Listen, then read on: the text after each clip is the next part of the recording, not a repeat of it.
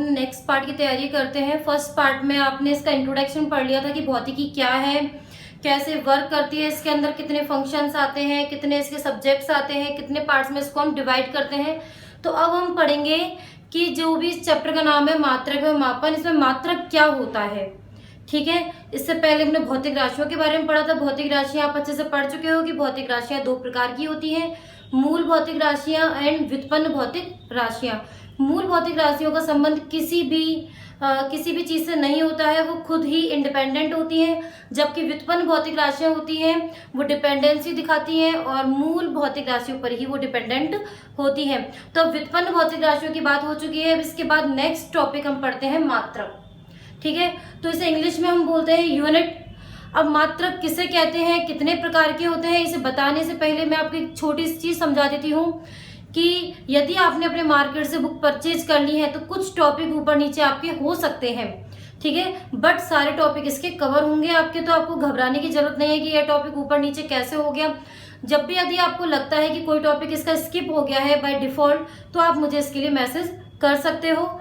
ठीक है, तो हम बात करते हैं यूनिट। मात्रक होता क्या है, तो भौतिक राशियों के मापन के लिए, आप इसकी डेफिनेशन लिखना चाहें उससे पहले सुन लें। भौतिक राशियों के मापन के लिए नियत किए गए मानों को मात्रक कहते हैं। तो मैं लिख देती हूँ इधर, आप उसको लिख लीजिए। भौतिक राशि के मापन के लिए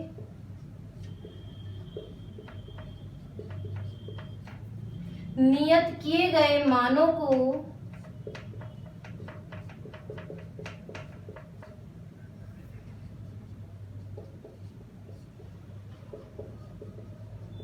मात्रक कहते हैं।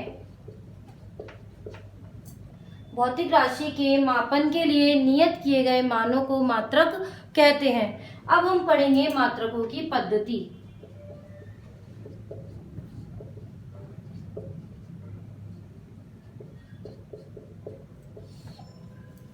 बेसिकली मात्रकों की 3 पद्धतियां होती हैं। हम उन 3 पद्धतियों में भी पहली पद्धति के बारे में पढ़ रहे हैं, जिसके अंदर 3 टाइप होते हैं। ठीक है, तो मात्रकों की पद्धति मतलब मात्रकों को कैसे मेजर किया जा सकता है, उसके लिए पहली पद्धति है MKS पद्धति, MKS सिस्टम। दूसरी पद्धति आती है इसकी CGS पद्धति, और थर्ड आती है FPS पद्धति। फटाफट से इसको नोट कर लीजिए आप लोग।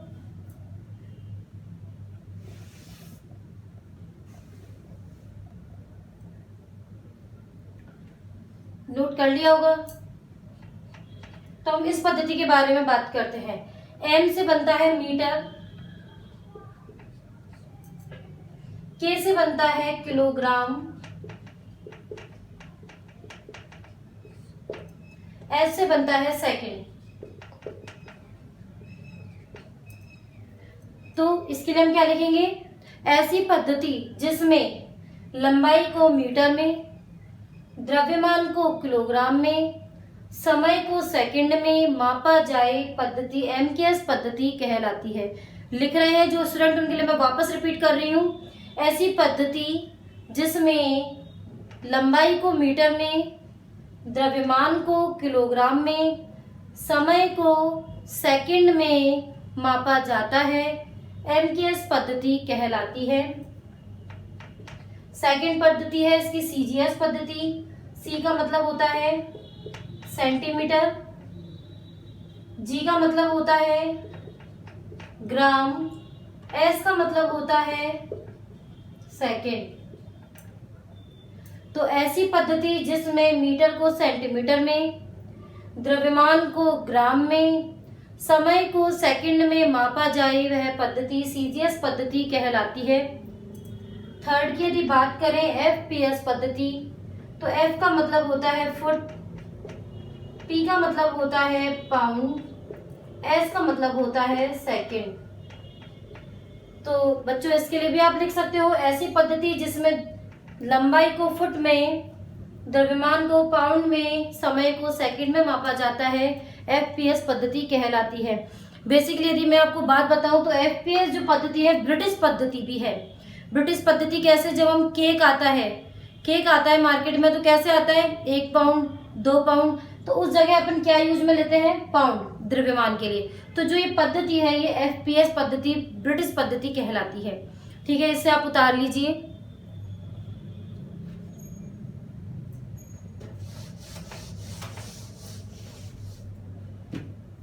इसके बाद हम एक पद्धति की और बात करते हैं, एसआई पद्धति।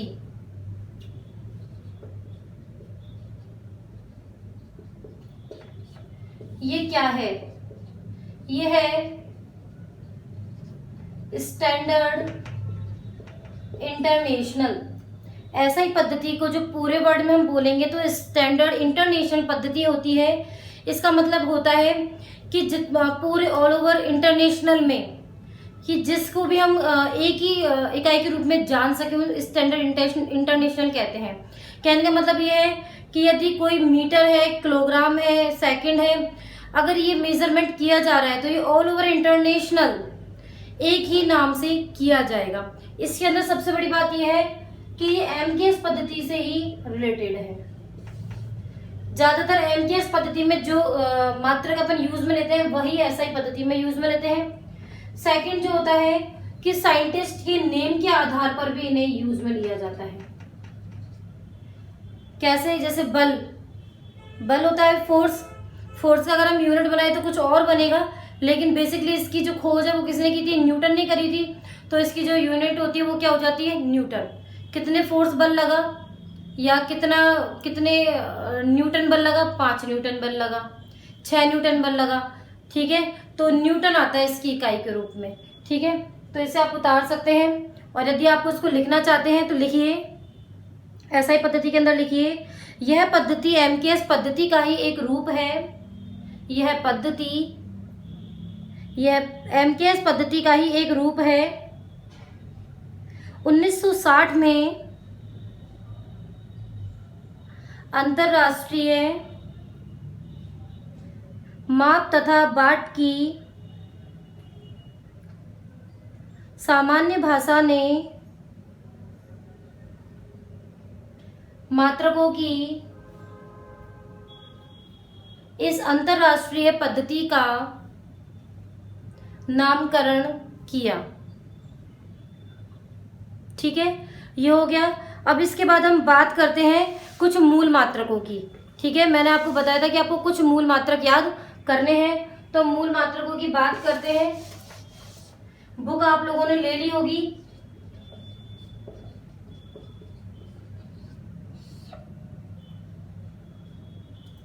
यदि बुक नहीं ली है तो मैं यहाँ पे मूल मात्रक लिखवा रही हूँ आपको, आप उनको लिख लीजिए फटाफट। ठीक है, फटाफट लिखना स्टार्ट कीजिए। राजस्थान गवर्नमेंट की बुक तो इस टाइप की आएगी, आप वहीं से लीजिए, क्योंकि कुछ एक आंकड़े जो होते हैं वो उसके अलग होते हैं। ठीक है, तो आंकड़ों में डिफरेंस ना हो, इस वजह से आप राजस्थान गवर्नमेंट की बुक ले लीजिए। इसमें सबसे पहले है मीटर, सीक्वेंस में ही याद करना है, फिर है किलोग्राम, फिर है सेकेंड, फिर है एम्पियर, फिर है केल्विन, हिंदी में भी लिख सकते हैं आप इसको, फिर है कैंडेला और फिर है मूल।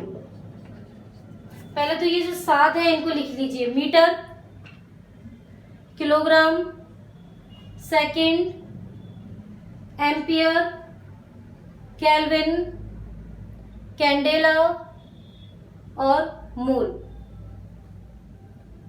ठीक है, ये 7 मात्रक आपके हो चुके हैं। इन 7 मात्रकों का अब यूज लिखिए कि जो मीटर है वो कहाँ यूज में आता है। मीटर के आगे लिखिए लंबाई का मात्रक, मीटर के आगे लिखिए लंबाई का मात्रक। फिर आता है द्रव्यमान, किलोग्राम, ये क्या है, किलोग्राम। लिखिए द्रव्यमान का मात्रक। फिर है सेकंड, सेकंड किसके लिए यूज में आता है, समय के लिए, तो समय का मात्रक। एम्पियर विद्युत धारा का होता है, तो विद्युत धारा का मात्रक। केल्विन, केल्विन 5 केल्विन टेम्परेचर होता है, तो लिखिए ताप का मात्रक। फिर है कैंडेला, प्रदीपन तीव्रता का मात्रक।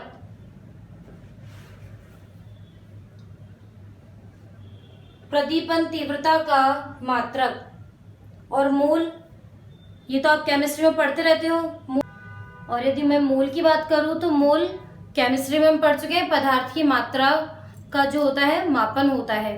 ठीक है, तो ये हो गए आपके मूल मात्रक। ये 7 मूल मात्रक आपको याद रखने हैं, चाहे ये सीक्वेंस में याद रहे ना रहे, ये जरूर याद रहे कि मीटर किस लिए यूज में आता है, किलोग्राम किस लिए यूज में आता है। क्वेश्चन पूछ लिया जाता है कि प्रदीपन तीव्रता का मात्रक बताइए, प्रदीपन तीव्रता के लिए हम क्या यूज में लेते हैं, तो क्या बोलोगे आप, कैंडेला।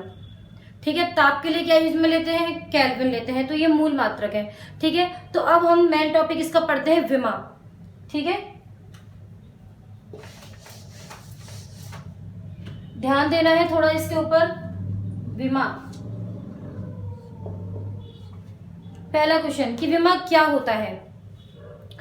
किसी भी भौतिक राशि को m, l, t, a की घातों के रूप में व्यक्त करने को हम विमा कहते हैं। मैं लिख रही हूं, आप भी लिख लीजिए। किसी भौतिक राशि को, किसी भौतिक राशि को m, l, t व a की घातों के रूप में व्यक्त करने को विमा कहते हैं।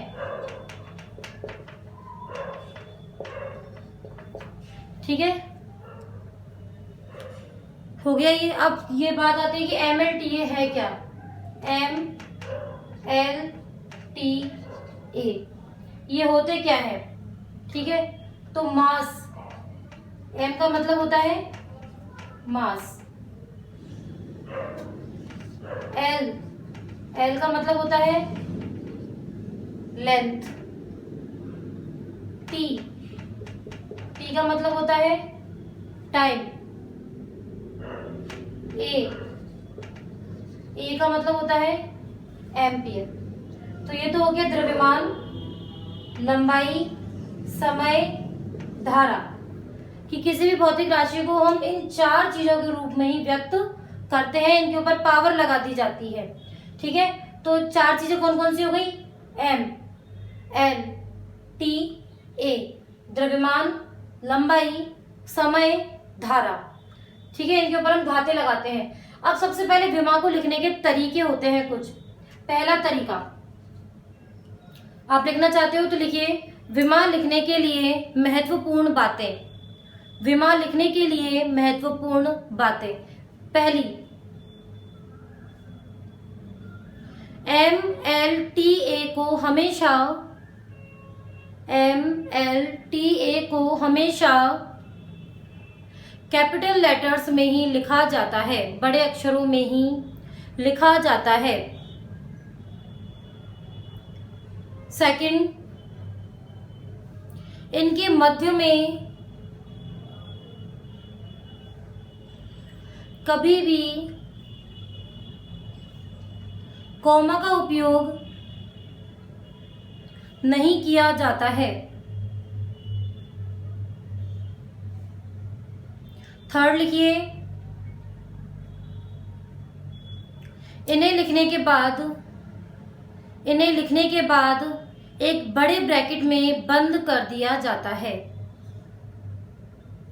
तो ये इसके 3 रूल हैं, वो तीनों ही आपको याद रखने हैं। पहला, इन्हें कैपिटल लेटर्स में लिखा जाता है, कभी भी कॉमा का उपयोग नहीं किया जाता है, इन्हें हमेशा बड़े ब्रैकेट में बंद किया जाता है। तो तीनों रूल आपको याद रह जाएंगे।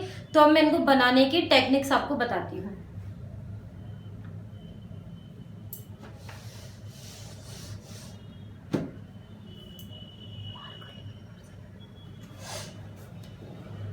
तो सबसे पहले इसके मूल विमाएं देखते हैं अपन। हम लिखते हैं ना एम एल टी ए। ठीक है, द्रव्यमान,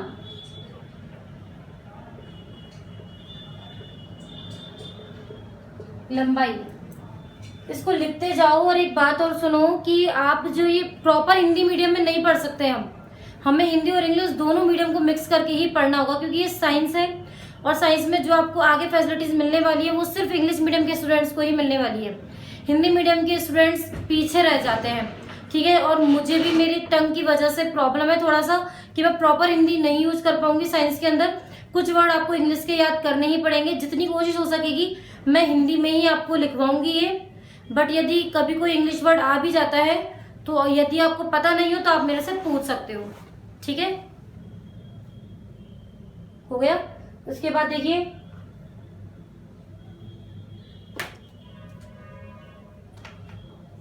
समय, और ये है एम्पियर।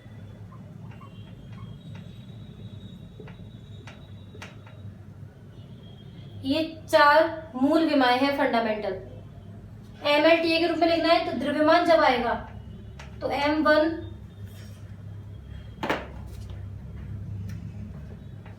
L0 T0 A0 आएगा, ठीक है। लंबाई की यदि बात करूं N0 हो जाएगा L1 T0 A0, ठीक है। अब यदि मैं समय की बात करूं M0 L0 T1 A0, ठीक है। यदि हम धारा की बात करें M0 L0 T0 A1। बताओ कितना सिंपल है। द्रव्यमान की बात कर रहे हैं तो सिर्फ M1, लंबाई के लिए बात कर रहे हैं तो L1, समय के लिए बात कर रहे हैं तो T1, और धारा की जब बात कर रहे हैं तो A1। जिस चीज के ऊपर 0 लगी होती है पावर, उसे लिखने की जरूरत नहीं होती, तो आप डायरेक्ट M भी लिख सकते हो। इसका मतलब ये कि M के ऊपर पावर 1 लगी हुई है, बाकी सब 0। इसको डायरेक्ट हम T भी लिख सकते हैं, यहाँ डायरेक्ट A भी लिख सकते हैं। देखिए रूल्स फॉलो करें ना, सब कैपिटल लेटर्स में, बीच में कोई कॉमा भी नहीं लगाया और उन्हें बड़े ब्रैकेट में हमने बंद कर दिया। तो बताइए कैसे लगी। M, L, T और A, ये 4 जो है ये मूलभूत विमाएं हैं। अब इसके बाद मैं आपको बनाना सिखाती हूँ कि व्युत्पन्न विमाएं कैसे बनाई जाती हैं।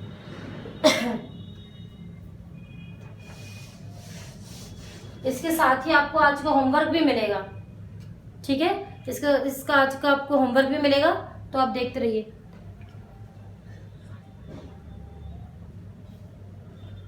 अब यदि मैं बात करती हूँ वेग की,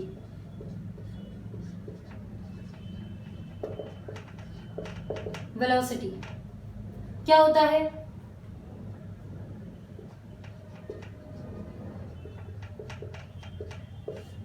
विस्थापन बटे समय। फॉर्मूले आपको याद होने चाहिए। वेग के लिए क्या होगा, विस्थापन बटे समय। विस्थापन लंबाई होती है, दूरी होती है। लंबाई के लिए विमा क्या होती है, अभी मैंने आपको बताया। लंबाई के लिए विमा क्या थी, L। समय के लिए क्या आई थी अभी विमा, T।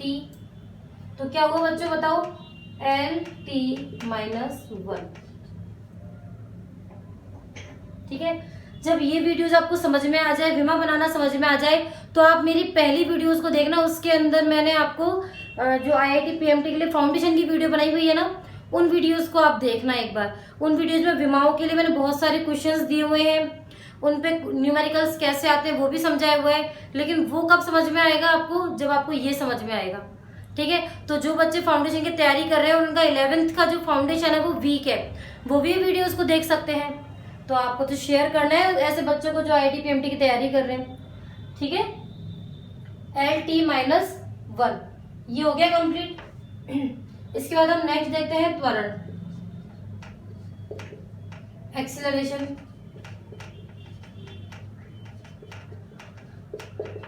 क्या होता है त्वरण, वेग बटे समय। क्या होता है, वेग बटे समय। वेग क्या होगी बताओ, वेग की ये रही। और यदि वेग की आपको याद ना रहे तो आपको ऐसे बनानी पड़ेगी। वैसे हम 10-20 बार करेंगे तो आपको ये याद हो जाएंगे।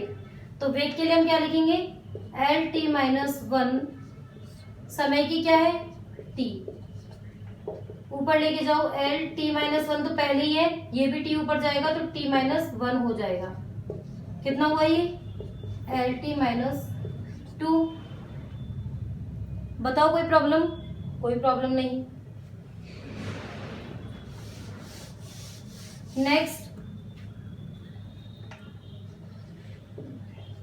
बल की बात करते हैं। क्या होता है? द्रव्यमान इंटू त्वरण, मास इंटू एक्सीलरेशन। तो द्रव्यमान की विमा m, त्वरण की l t माइनस 2, टोटल क्या हुआ m l t माइनस 2। बताइए कोई समस्या? संवेग की यदि हम बनाना चाहे, संवेग की फॉर्मूला क्या होता है? द्रव्यमान इंटू वेग। द्रव्यमान की क्या हो गई m, वेग की क्या हुई l t minus 1, m l t minus 1। कोई समस्या? बिल्कुल कोई भी समस्या नहीं। अब यदि फिर भी आप कोई और लेना चाहते हो तो और बताइए। जैसे कि कार्य क्या होता है? बल इंटू विस्थापन। बल इंटू विस्थापन होता है। बल की क्या होगी? अभी अभी हमने पढ़ा हुआ है m l t माइनस 2। विस्थापन की कितनी है l, तो m l2 t माइनस 2। ठीक है बच्चों, तो आपको समझ में आ गया होगा कि विमाएं कैसे बनानी है। अब मैं आपको होमवर्क देती हूँ, उस होमवर्क को कंप्लीट करना। ठीक है, और यदि उसके अंदर कोई त्रुटि रह जाती है तो मैं उसका आंसर्स आपको भेज दूंगी। ठीक है, तो उससे पहले आप मुझे होमवर्क सेंड करोगे ये सब कुछ कंप्लीट करके। तो आज के होमवर्क के लिए मैं आपकी बुक्स में से ही आपको विमाएं बता रही हूँ। तो बुक्स में से यदि मैं विमाएं बताती हूँ तो देखिए कौन कौन सी विमाएं आ रही हैं। जल्दी से जल्दी बुक खरीदिए। ठीक है, और इसके फॉर्मूले भी बता देती हूँ आपको मैं। होमवर्क पहला, दाब। फॉर्मूला बता देती हूँ, बल बटे क्षेत्रफल। सेकंड, क्षेत्रफल। थर्ड, आयतन। फोर्थ, तब देते हैं थोड़ी सी आपको, घनत्व।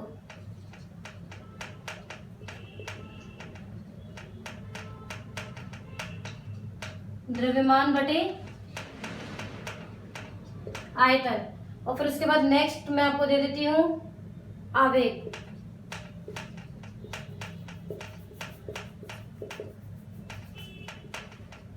बल इंटू समय। एक भी ऐसी नहीं है जो आपसे होगी नहीं, मैंने आपकी बुक कोर्स में से ही बताई है ये पांचों। बहुत सारी दे रखी है इसके अंदर, वो तो मैं आपको बाद में सेंड करूंगी नेक्स्ट वीडियो में। ठीक है, अभी के लिए आपका इतना होमवर्क है, पहले आप इसको कंप्लीट कीजिए। जब मैं बहुत सारी विमाएं आपको प्रैक्टिस के लिए दूंगी ना कल, जब आप इसको कर लोगे तब आपको जो ये मैं दूंगी ये बहुत इजी लगेंगी। ठीक है, तो ये तो सॉल्यूशन है, इसको हम बाद में सेंड करेंगे, लेकिन उससे पहले आप इसको कंप्लीट कीजिए और वीडियोज को जितना हो सके उतना शेयर कीजिए। ठीक है, 1000 सब्सक्राइबर होते ही हम लाइव वीडियोस लेना स्टार्ट कर देंगे। Thank you.